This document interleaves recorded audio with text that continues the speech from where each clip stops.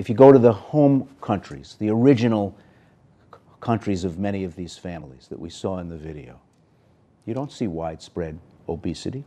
What happens to people when they get to the United States? So there's certainly the Western diet, which is causing a lot of problems for a lot of children. But I would say that if you go to Mexico, for example, there are extremely high rates of obesity. And one of the big things that's happening is you have really high rates of sugar-sweetened beverage consumption. And so if I could leave one message with your viewers today, I would say, get your kids to drink less soda water. And you heard that in the clip just now. But if you take the average Hispanic adolescent, ages about 12 to 19, they're consuming about 300 calories a day from soda.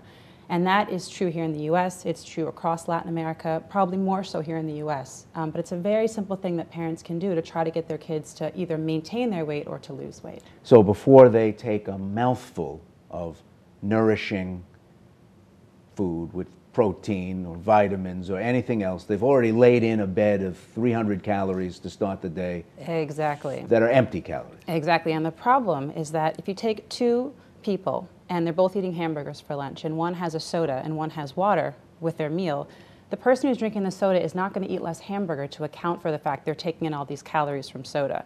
And so basically it's just calories that are going on top of everything else that we're eating. So if you get your kids to just drink water, it will be a huge push to reducing their empty calories in the diet. See, I purposely didn't name Mexico by name because they do have a growing obesity problem there. But if you travel throughout Latin America, you don't see American-style obesity. That's correct. Something must change when people get here. Access to food, availability of food, cheapness of food, what is it? So the three main drivers of why people eat what they eat are price, convenience, and taste.